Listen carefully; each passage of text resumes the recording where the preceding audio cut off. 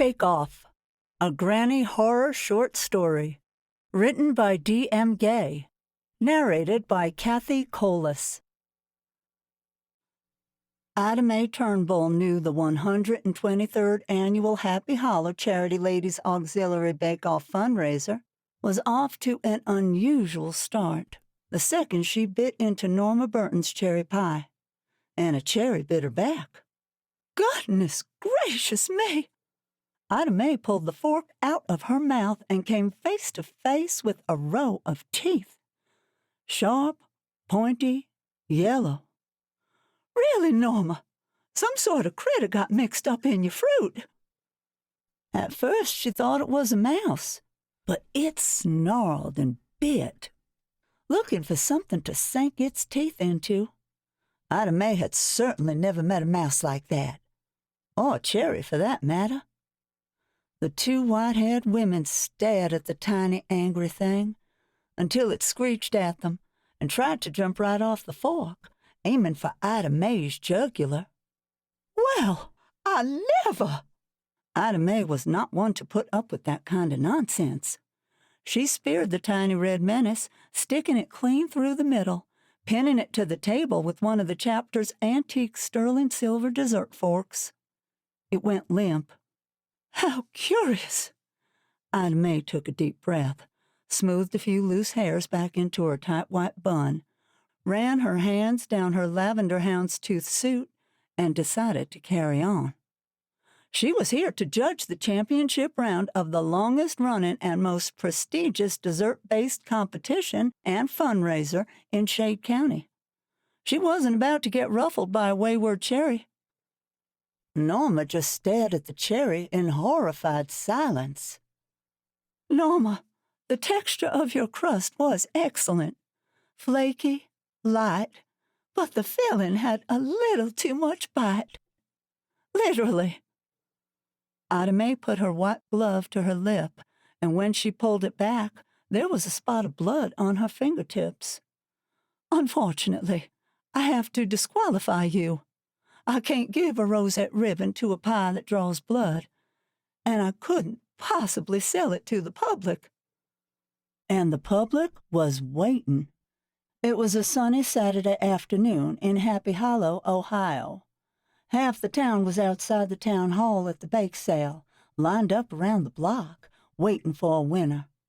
Ida Mae had to deliver, because she had money to raise. The fountain in the town square needed repairs, and sure, the entries that didn't make it to the final round sold well enough, but slices of the grand champion dessert always fetched the highest price. She had to get these sweets, the ones that didn't bite, outside before the crowd dwindled. So Ida Mae did what she did best, stayed calm and on schedule. She wrote "disqualified" next to Norma's name on a clipboard, then turned to the four remaining contestants, each standing behind their own table in a semicircle on the town hall stage. Their eyes were big, wide open, and glued to Norma's unruly cherry. It's all right, Ida Mae decided to reassure everyone, including herself, after the event's unsettling turn. The cherry incident had to be an anomaly. I've never seen anything like that before, and I doubt I'll see it again. Ida Mae glanced at the speared cherry, just to be sure, and breathed easier when she saw it wasn't moving. That's what you get when you use canned filling. Who knows what's in it? Probably made in China. Virginia Ford Davis whispered, pretending she didn't want Norma or anyone else to hear, but loud enough that everyone could. And in a disposable pie plate? Really, what is the world coming to? Virginia stood at table 5 looking like a giant Easter egg, all pink from her hat all the way down to her satin shoes, waiting her turn to be judged. That in itself was unusual in Happy Hollow. Virginia was always the one doing the judging. Everyone, everything, everywhere, all the time, unsolicited, even when there wasn't a contest. Virginia, a word?" Ida Mae stepped to Virginia, determined to shush her, but Virginia wasn't one to waste an ear. "Poor Norma, bless her heart. I hear her mind is gone. Still, you were right to disqualify her. We can't present that abomination to the public. The Charity Ladies Auxiliary has standards to uphold, and if we falter, the whole town will follow. Happy Hollow is hanging on by a thread as it is." Virginia cleared her throat, then forced her pink lips into a wide, cheerful smile. "Now, have a taste of my Boston cream pie. Family recipe. My great-grandmother brought it from New England when the family moved here to oversee the Sunny Creek mine. Very high pedigree. Why, my great-aunt Cornelia once served it to a young President Taft. You can taste the class in every bite." Ida Mae rolled her eyes on the inside, but kept a polite smile on the outside. She let Virginia prattle on. Ida Mae knew not to interrupt Virginia's tenuous claims to blue blood pedigree, or her running commentary on the questionable breeding, low class, bad manners, and poor etiquette of her fellow townsfolk. If she did, Virginia would just go on about it longer. Ida Mae knew firsthand. She had lived next door to her for 70 of her 82 years. Besides, Virginia wasn't fooling anyone. Everyone in the room knew she loved to talk about the strong branches of her family tree, while conveniently pruning the weak ones, particularly her only son, Randall. He did not work on Wall Street and had never attended Harvard, as Virginia claimed. They all knew he worked nights at the gas station 3 towns over. Besides, Norma's cherry was still on Ida Mae's mind, and Virginia's grandstanding brought her a few minutes to think. Ida Mae glanced over at Norma's table and was relieved to see her pie still behaving like a pie. But a chill ran over her. Such a puzzle. What would make a cherry act like that? She couldn't wrap her mind around it. Virginia refused to be ignored. Her smiling face rose before Ida Mae's eyes. She leaned in too close, trying to angle a forkful of sponge cake into Ida Mae's mouth. "Have a taste. Here's your winner." The fork was almost in when Norma screamed, a blood-curdling shriek of absolute terror. Ida Mae jumped, and Virginia's Boston cream pie landed on her cheek. Ida Mae couldn't believe what she was seeing. Norma's pie crust rippled and bucked, like something was trying to punch its way out. That wayward cherry sprang to life and wrestled free of the fork, crawling across the white tablecloth, fangs bared, heading for Norma. Clara Cook, junior judge and owner of the Happy Miner Diner down by Highway 78, pushed Norma away and swatted it with a tea towel. Ida Mae's heart kicked up, beating faster than it had in 60 years. The other contestants went white, like fear drained all the blood out of them. Virginia crossed her arms and huffed. "Goodness, have you ever seen such a thing? She probably baked in a rat. Did you check if it had a tail?" "Mrs. Turnbull. Ah, goodness!" Chester Millen, honorary judge and mayor of Happy Hollow, aged 95, and dapper in his white linen suit, screamed. "We seem to have a problem at table 1.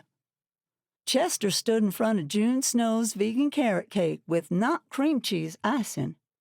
A sliver of cake reached up and slapped Chester across his cheek, to everyone's surprise. Then the cake split into chunks. They rose off the plate, turning and swaying like leeches, looking for a warm body to hook into, and they found one. Chester. The chunks snapped forward and attached themselves to his face, muffling his screams. "Sweet baby Jesus up in heaven!" Ida Mae didn't usually use such strong language, but her heart pounded so hard it felt like it might punch out of her chest. Her mind raced. She didn't know what was going on here, but she had to put an end to it right now. "Everyone, stay calm and back away from the desserts." The contestants were not calm, but they did retreat. Everyone cowered, hiding behind their tables, clutching their cake servers and whisks, white-knuckled like weapons. Ida Mae went after Chester, but Clara made it to him first. She beat that beast of a cake right off his face with the bronze spatula trophy that was supposed to go to the third-place finisher. When the cake let go, Chester spun out of its grip like a white-haired top. But that vegan carrot cake didn't quit. Thick orange chunks, fat like whole carrots, rose out of the icing. They turned and undulated, looking for another warm body. June passed out cold at the sight of 'em, dropping right where she stood. Chester scrambled away, out of reach, and Clara raised that bronze spatula to the frosted beast again and said, "Get out of here! Go on, get!" The orange chunk smacked the table, frustrated, then sunk back into the icing. The room fell silent. The remaining chunks of June's cake lay motionless on the table, like any self-respecting cake should. Even Norma's cherry pie calmed down, lying still in its foil pan. Everyone eyed each other and their desserts warily. Clara knelt down to check on June. "What on God's green earth?" Ida Mae crossed herself. "I hate to say it, but I warned you, Ida Mae. This organization is a pillar of wholesome American values. That cake shouldn't be allowed in this competition. Vegan. Organic. Really? That's 2 steps down the slippery slope to communism? One past the hippies, and that's saying something." Virginia tut-tutted. "This town's reputation is tarnished enough. We don't need to help it along. In trying times, we need traditional values more than ever." Everyone ignored Virginia. They all turned to Ida Mae, looking for answers. She didn't have any. For the first time in her life, she didn't know what to do or what she was dealing with, but she couldn't tell them that. Leaders are brave in times of crisis, she thought. Leaders keep their communities safe. Ida Mae didn't feel brave. She felt rattled. She had a racing heart and a knot in her stomach, but she took a deep breath and rustled up a plan anyway. "This has certainly been a strange championship round. You are welcome to withdraw your entry and leave. No one will think less of you, given the circumstances," she said. "But if you choose to stay, keep a close eye on your dessert. If you see anything unusual, report it to a judge immediately, then retreat. Safety is the highest priority. Do not approach or engage with any aggressive or unusual ingredients. Do you understand?" They all nodded. "All right, I'll give you a few minutes to decide. Then, unless there are any objections, we'll proceed with the judging and crown the grand champion today." "I have an idea that can save us all some time." Virginia forked another slice off her Boston cream pie and lifted it to Ida Mae. "Have a taste, dear. This is your grand champion. I don't know why we're putting on this charade. We all know my dessert is heads above all of these. It's the only entry here with any class. Why don't you officially declare me the winner now, so everyone can go home? We'll all be safe, and we can put this nastiness behind us." The other contestants looked at Virginia, not in a nice way. More than one pair of eyes turned to slits, and a few jaws dropped. If anyone had planned to leave, Virginia had just changed their mind. Edna and Gloria even made it as far as the door, but decided to walk their pineapple dream cake back to their table. "We'll see, Virginia," when it's your turn. Fair is fair." Ida Mae checked her clipboard. Norma and June disqualified. 2 desserts before Virginia. Ginger at table 4, but first, "Chester, Clara, meet me at table 3. Gloria and Edna's pineapple dream cake is next." "You mean pineapple nightmare," Virginia huffed. "Edna's mama pulled that recipe off a cake box in 1955 and just wouldn't let it go. They brought that thing to every potluck down at Our Lady of Perpetual Sorrow since. Lord help us all. This town has been subjected to that cake long enough." "Virginia, please keep your comments to yourself, or I'll have to disqualify you." Ida Mae shot her a look, the shut-up look. Virginia did, but her tight mouth and raised eyebrows made clear it was by force, not out of any true desire to be polite. As soon as Ida Mae turned around, Virginia whispered, supposedly to herself, "Those 2, joined at the hip. I don't care if they are best friends. It's not natural. People get ideas about women who act like that. And that Gloria, always lugging around that giant purse. She's practically a bag lady. What is she even keeping there?" Ida Mae ignored her. She stepped to Gloria and Edna, who stood behind their table trembling, clinging to each other, eyes darting all around like they were about to take mortifier. They were so jumpy. The flowers on their polyester dresses, same print, one in pink, one in blue. They always coordinated. Looked like they were about to shake off the polyester stems. The judges cautiously reconvened over the pineapple dream cake, and it sure did look like a dream. Light, fluffy peaks of icing dusted with perfectly toasted chunks of coconut. Pineapple rounds topped with maraschino cherries. The scent of sugar and citrus hung in the air. Ida Mae said, "Clara, you do the honors." Clara fished a clean fork out of her apron pocket, then hesitated. Clara looked at Chester, who looked at Gloria, who looked at Edna, who looked at Ida Mae, who for a split second thought she saw the cake jiggle out of the corner of her eye. "Hold on a moment." She grabbed Clara's arm and stared at the cake, but it didn't act up. It sat perfectly still on its glass stand. Ida Mae's eyes must have played a trick on her, probably from all the excitement. She glanced back at the carrot cake and the cherry pie again, as a safety check, but June was the only thing moving. She sat up and rubbed her head, looking confused about how she ended up on the floor. "Okay, you can proceed." Clara mustered the nerve and stuck the fork in, slowly, not very deep, and held it there for a moment, just to be safe. Nothing happened. They all sighed, relieved. "Thank goodness," Ida Mae said.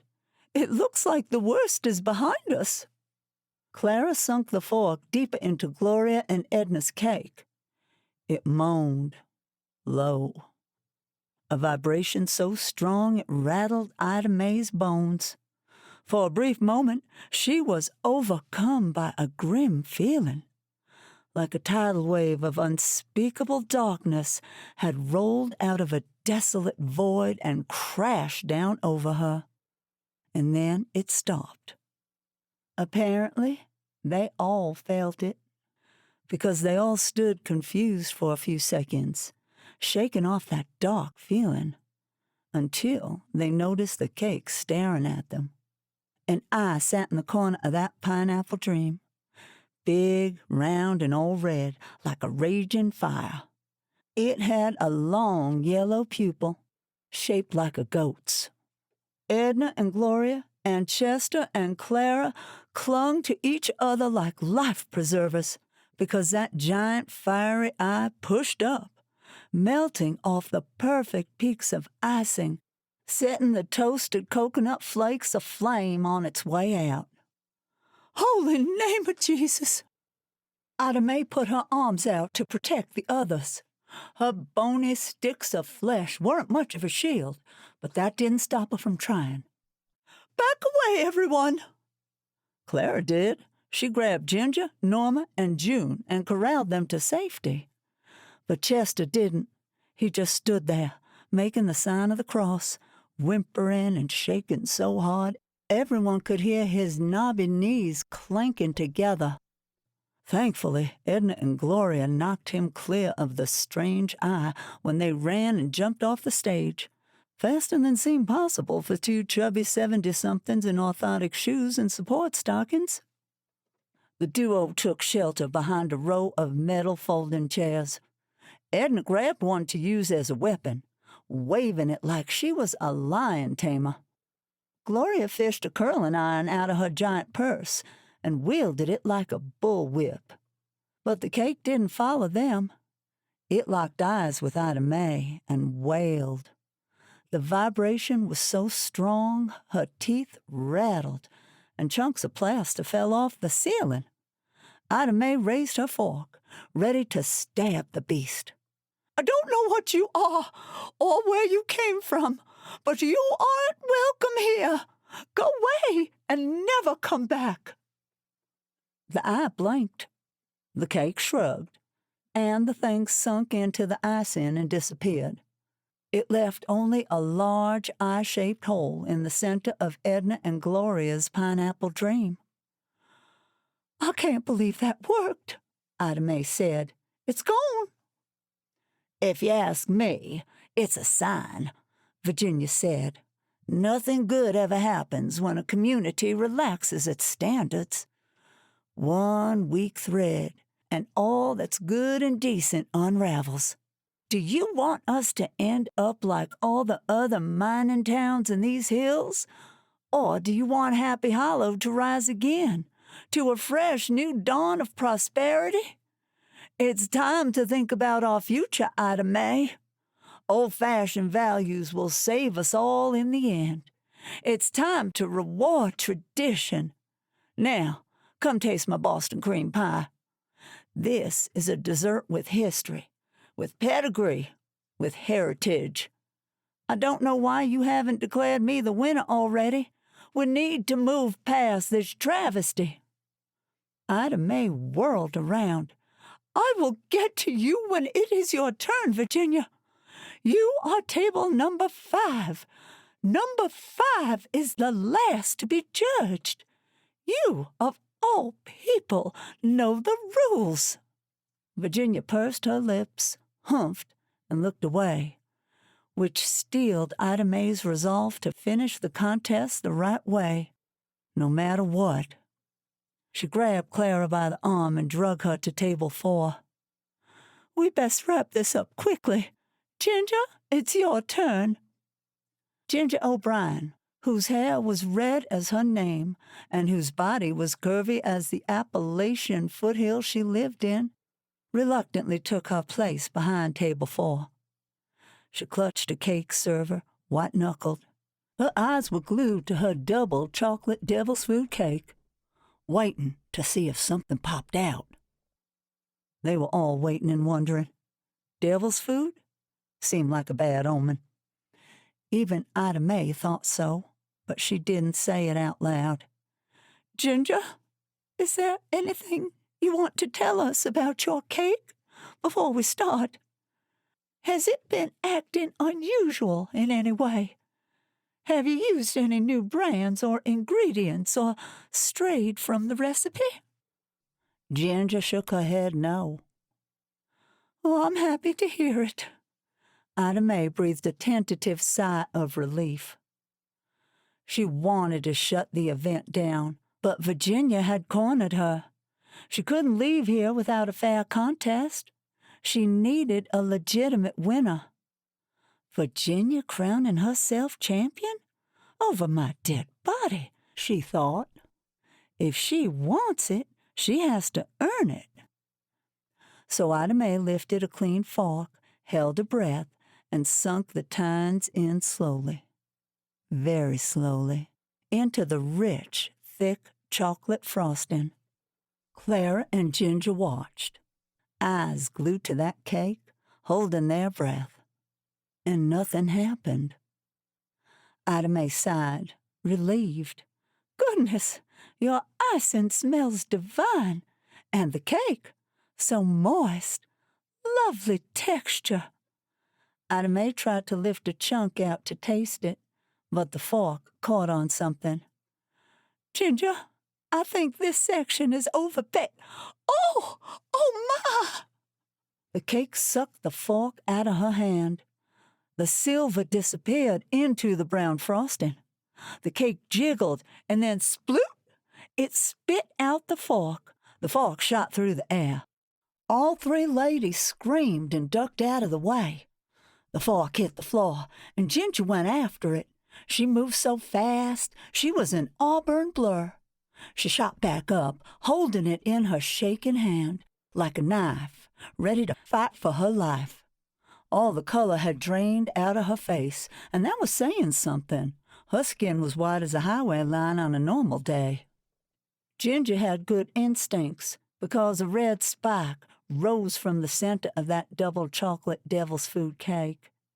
The spike grew longer, and more spikes came right along behind it, until there were so many shooting through the icing in all directions, the cake looked like a devil's food porcupine. Then the cake rose off Ginger's glass cake stand, lifted by a thick, leathery stump, and wagged back and forth like the tail of an excited dog. Poor Chester lay terrified on the stage, still crossing himself, kissing the little gold crucifix he'd fished out from under his collar. It was a smart move, because that waving, spiky devil's food, it was a rallying cry for the monstrous desserts. Norma's pie exploded, raining fanged red cherries all over the stage.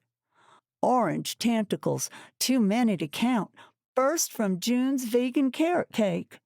One smacked her unconscious. She lay, unmoving, covered in not cream cheese icing behind table 1. Again. The fiery eye shrugged off Edna and Gloria's pineapple dream, and its horrific moan rattled the town hall, shaking panes of glass out of the windows. Ida Mae's heart kicked up. Everyone, take cover! Arm yourselves! She shuffled Clara and Ginger away from the devil's food and turned to Virginia, ready to move her out of harm's way. Virginia clutched her handbag tight to her belly and put her nose in the air, like the whole affair was beneath her. Ida Mae scrambled to her table. Virginia, step away from your pie. It's too dangerous. See what happens when a town has too many generations of poor breeding? Virginia side-eyed Ginger, who smacked that barbed, spiky devil's food with her fork. Really? Who names a child Ginger?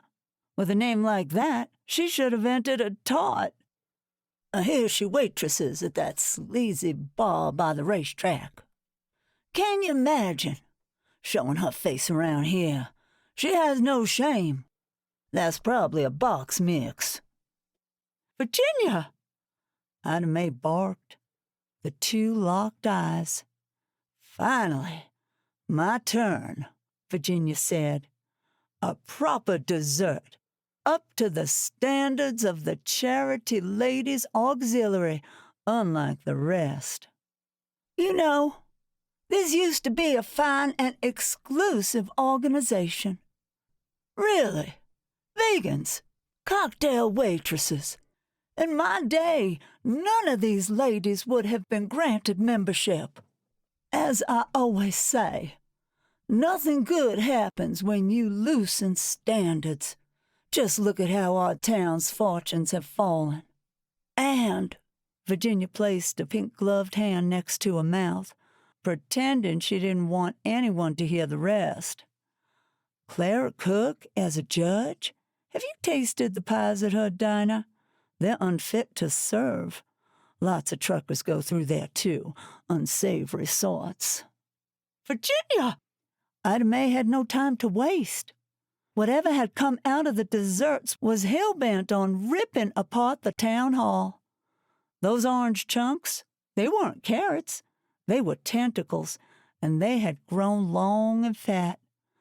They slithered up the walls, across the ceiling, ripping down sconces and chandeliers. Ida Mae wasn't about to lose contestants and Happy Hollow's one restored landmark building to some unholy menace from the depths of hell. Not today. But Virginia didn't seem to notice the terrified screams of her fellow contestants as they fought off their desserts.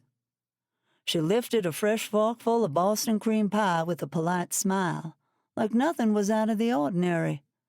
Like this was just any other championship round in any other year of the annual baking contest. She held out her cake, nudging Ida Mae to take a bite. Ida Mae didn't. She sunk her hands into the middle of Virginia's precious dessert and ripped it apart instead. "Where is it? Where are you, horrible beast? I will kill you!" She flung handfuls of sponge cake, chocolate, and cream through the air, determined to expose the evil lurking within, until Virginia's entry was reduced to a smudge on Great-Grandmother Ford's Waterford crystal cake stand. But it was just crumbs, no spikes, no giant eyes, no tentacles, no angry biting cherries, just sugar and eggs and chocolate. "My Boston cream!" Virginia grabbed Ida Mae's cream-splattered arm, sunk her nails in, and tried to wrestle her hands away. Ida Mae looked at Virginia, her two soggy fists filled with sponge cake, and had a revelation. "What did you do?" "Whatever do you mean?" "It was you." Ida Mae snapped across the table and grabbed her. "What have you done?" "Why, I have never been so insulted in my entire life. You let go of me this instant." Virginia tried to wriggle away. "My suit! This is custom tailored, and you've gone and rubbed chocolate all over it. How will I ever get this stain out?" Virginia either didn't know or didn't care that the cherries in Norma's pie had tripled in size and attached themselves to Norma's face, or that Norma was rolling around on the floor, trying to pull them off, even though chunks of her flesh came right off with them, or that an orange tentacle had snatched up Chester, wrapped him head to toe, and was now shaking him like a maraca. "What did you do, Virginia?" Ida Mae knew this was Virginia's fault, deep down in her gut. "This is worse than the bowling tournament." Ida Mae's mind flashed to the Happy Hollow Lane Senior Bowling League Championship 2 years back. Virginia's team won, but only because Hazel Hedges, the star bowler on the Shady Lanes Trailer Park team, just happened to trip and hit her head on the ball return, under mysterious circumstances, as she walked right past Virginia's feet, which Virginia swore on her daddy's grave were innocently crossed and out of the walkway. Concussed, bleeding, and seeing double, poor Hazel threw her ball down the wrong lane, handing Virginia's team the win. "I didn't have anything to do with that. Everyone knows Hazel is thirsty. She publicly drinks beer on weekdays and lives in a trailer park. Really, that team parading around with a double wide embroidered on the back of their shirts like they're proud of it? In my day, the lower classes had enough self-respect not to advertise. And you wonder why half the businesses downtown are boarded up." Virginia could protest all she wanted, but Ida Mae knew Virginia wanted to win more than was healthy, and she didn't care who she had to hurt to do it. Just ask Doreen Whipple. Her tea roses were sure to win the Shade County Floral Club's annual rose contest, until all her bushes suddenly and mysteriously turned yellow and died 2 days before the competition. 2 days before they were competing against Virginia's heirloom blush albas. And now this? It wasn't a coincidence that Virginia had the only monster-free dessert. Make it stop before someone gets killed. For God's sake, the cherries are eating Norma. I don't know what you're talking about. Virginia huffed and turned her back to Ginger and Clara, who had flipped the judging tables on their sides and were hiding behind them, brandishing dessert forks as weapons. The nerve of you accusing me! Why don't you blame the loose moral values and lazy, entitled youth who brought all the misfortune to this town? The only thing that brought misfortune to this town was the mine closing, Ida Mae said, and the last time I checked, being vegan or waiting tables doesn't make tentacles shoot out of a cake. I would argue that's exactly the kind of behavior that would set a demon upon us. Half these people don't even go to church on Sunday, Virginia said. My entry was made with upstanding moral hands, and that is why it's untouched. The trophy and blue ribbon are rightfully mine. How did you do it? Ida Mae shook Virginia. How? Virginia clutched her straw purse, tight as she held to her moral superiority, and tight as she zipped her lips. But her eyes flitted to the back of the room just for a second. It was subtle, but Ida Mae caught it. The mystical Madeline, Happy Hollow's 2-bit psychic medium, sat in the last row of folding chairs. Ida Mae didn't know how she'd missed her. Mystical Madeline's teal eyeshadow, pink bouffant, and the rainbow sequin caftan she wore over her round body was so bright, astronauts could probably see her from the space station on a clear day. But it didn't make sense. Virginia would never publicly associate with someone like Mystical Madeline, a former star of blue movies who had married a low-level mobster. He was later found dead at the bottom of Sunday Creek, wearing cement leg warmers. That's when Madeline was suddenly struck with the gift, hung a shingle, and went into business as the town's only psychic medium. She had channeled dead relatives and lucky numbers since 1978, until dementia took hold of her mind. Lately, she had taken to circling the town fountain in various states of undress, talking to ghosts and ducks only she could see. I will get to the bottom of this, Virginia. Ida Mae armed herself with her dessert fork, turned, and stepped into the melee. Snapping tentacles, biting cherries, and spiked tails bore down on all the contestants. All the contestants except Virginia. None of the monsters went anywhere near her. It's like there was an invisible shield around table 5, keeping them away. Ida Mae grew more determined. Virginia had gone too far. No bacon prize was worth this, not even if the winner did get to be the honorary queen of the annual 4th of July parade and sole rider on the Charity Ladies cake-shaped float. So she stepped out of Virginia's protective halo, dodged flying tentacles, and smacked back the spikes of Ginger's devil's food cake, which swung through the air, attached to the end of a long, slimy tail. Ida Mae stomped off the stage and over to the back row of the chairs. Miss Madeline, A word? Mystical Madeline was absolutely delighted. She clapped her fat fingers, dripping in faux golden rhinestones, in sheer joy. Isn't it wonderful? It really is amazing when a film comes together on such short notice. Such action.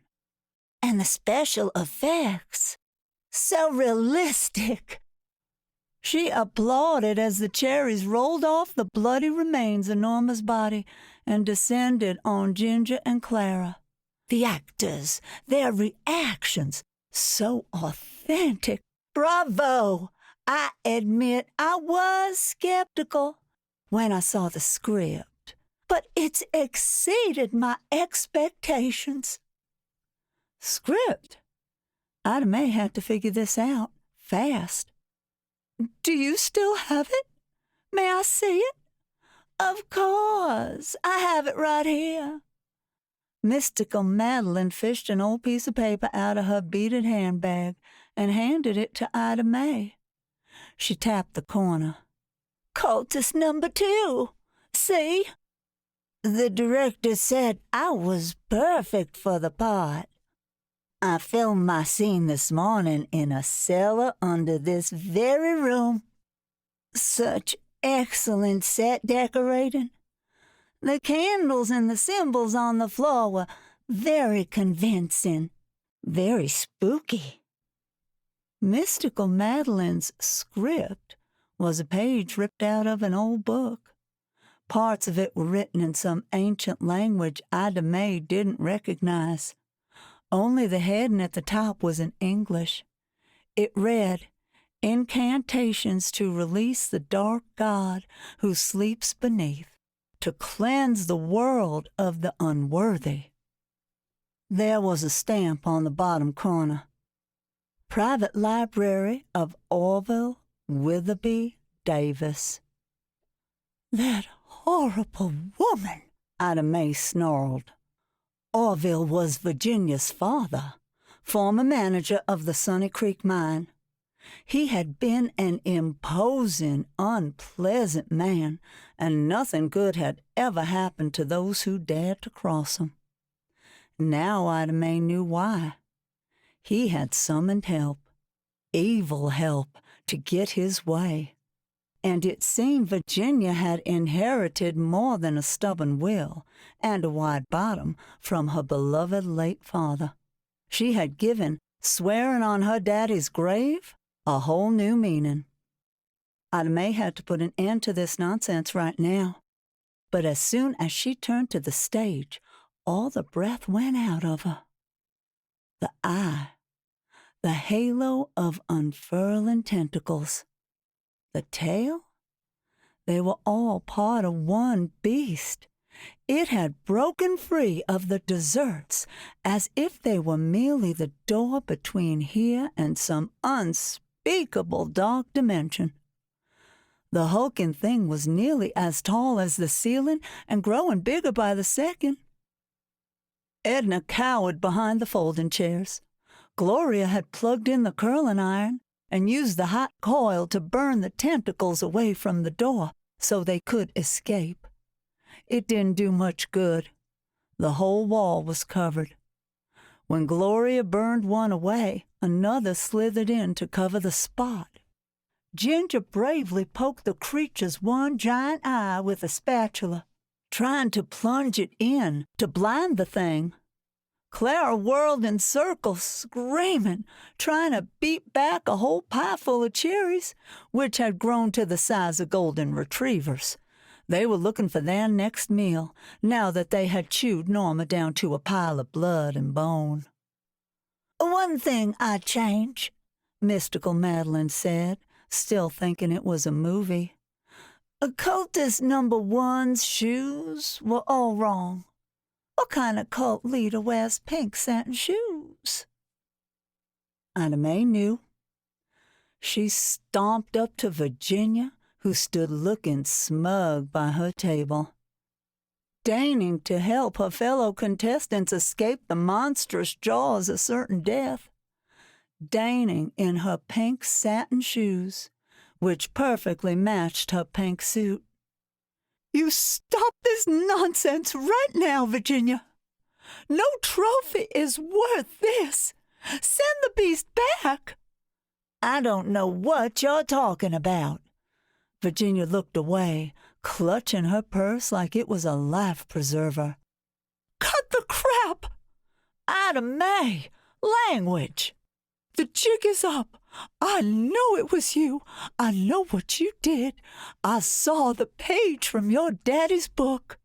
There were rumors that he was up to dangerous dealings. Got his riches making a deal with the devil. I didn't believe it, but it's true, isn't it? It's true." "How dare you sully the name of such a fine, upstanding pillar of this community? He dedicated his life to keeping Happy Hollow a safe, prosperous community. He kept the bad elements in check, unlike our sorry excuse for a mayor." Virginia pointed up because Chester was hanging upside down from the ceiling, wrapped in tentacles, bleeding from all sorts of unsavory places. The beast wrung the vital juices out of him like he was a wet dish towel. Ida Mae tried to calm her racing mind. Only a clear head could end this, and locked eyes with Virginia. "Just because someone is different from you doesn't mean they're a bad element." "Why are you so upset, Ida Mae? It isn't coming for you. The way I see it, our friend here is just doing what polite society should have done a long time ago. Taking out the trash. If you're morally upstanding and of good breeding, you've got nothing to worry about." "You don't get to decide who is good and what is right, Virginia. You don't get to decide who deserves to live or die. Make it stop. Now!" Virginia pursed her lips and looked away, offended, as a tentacle crunched one of the tables to bits, sending splinters flying through the air. Clara cowered where the table once stood. The beast grabbed her, opened its mouth, and stuffed her in. It gurgled and chomped, louder than her screams, as it crunched down on her bones. Ginger grabbed onto Clara's leg, trying to pull her out, as she bravely punched back tentacles and spikes with a fist. She screamed, "Let her go, you horrible thing!" It didn't. The beast was big, powerful, hungry. Its tentacles had nearly covered every wall, every door, every window. The building shook like it was about to break apart. Chunks of ceiling and wall fell to the floor. The town hall wouldn't be able to contain it much longer. Ida Mae was running out of time. "Do you have the rest of the book with you?" Ida Mae grabbed Virginia's purse, but couldn't pull it free. The woman had a fat arm and an iron grip. "Give it to me. If you won't stop it, I will." They both yanked, hard as they could. The latch broke in the tussle, and the purse fell open. Inside were two neatly folded embroidered handkerchiefs, the antique cheese knife Virginia paired with her charcuterie board at every chapter meeting, and an old book bound in strange leather with Virginia's signature rose-shaped bookmark hanging out of the middle. Ida Mae snatched the book. If there were words to bring the thing here, there had to be words to send it back. It was too late for Chester, for Clara, for Norma, but Ida Mae had to keep this disaster contained. She couldn't let the beast loose on Happy Hollow. Half the town was right outside these walls, innocently shopping at the bake sale. "Let it go, Ida Mae. This is beyond you."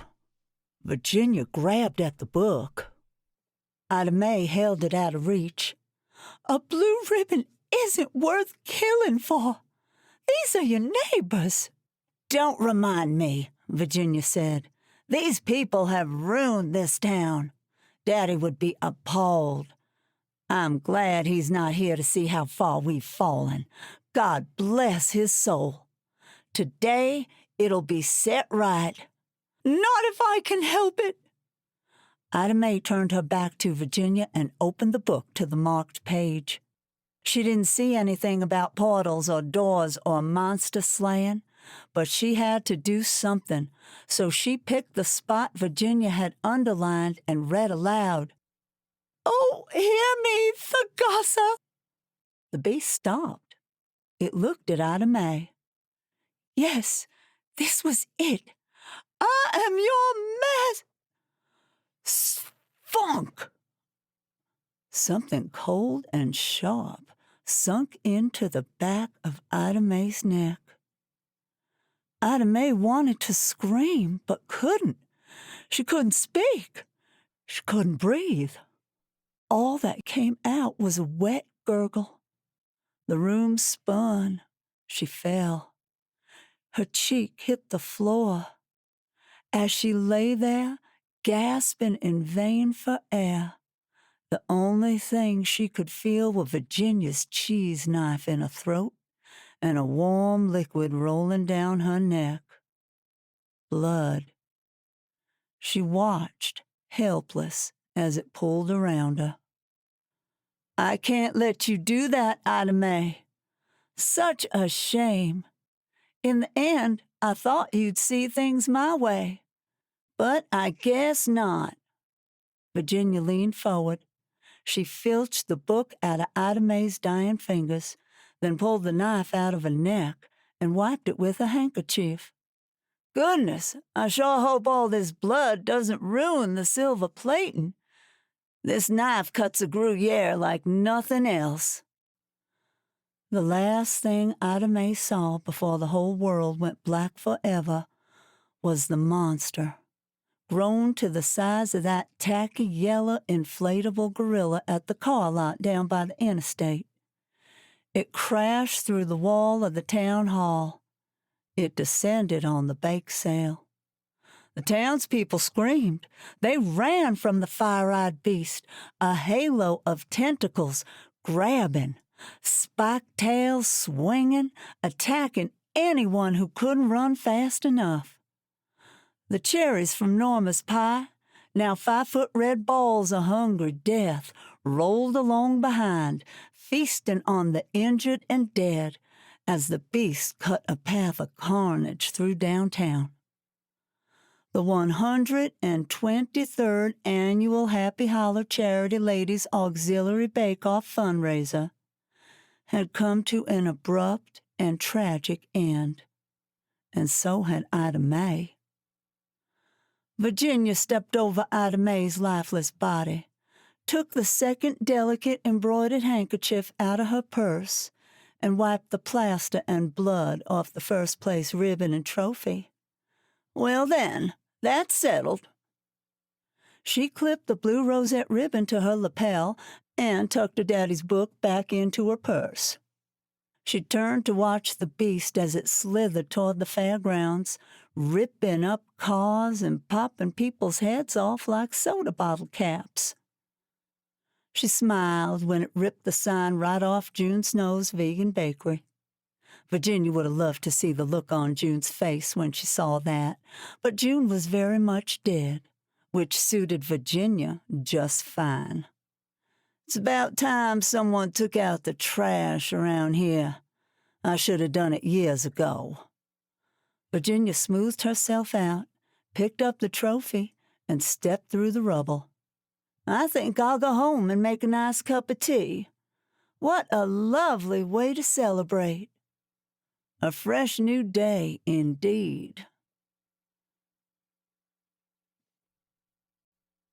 Thank you for listening.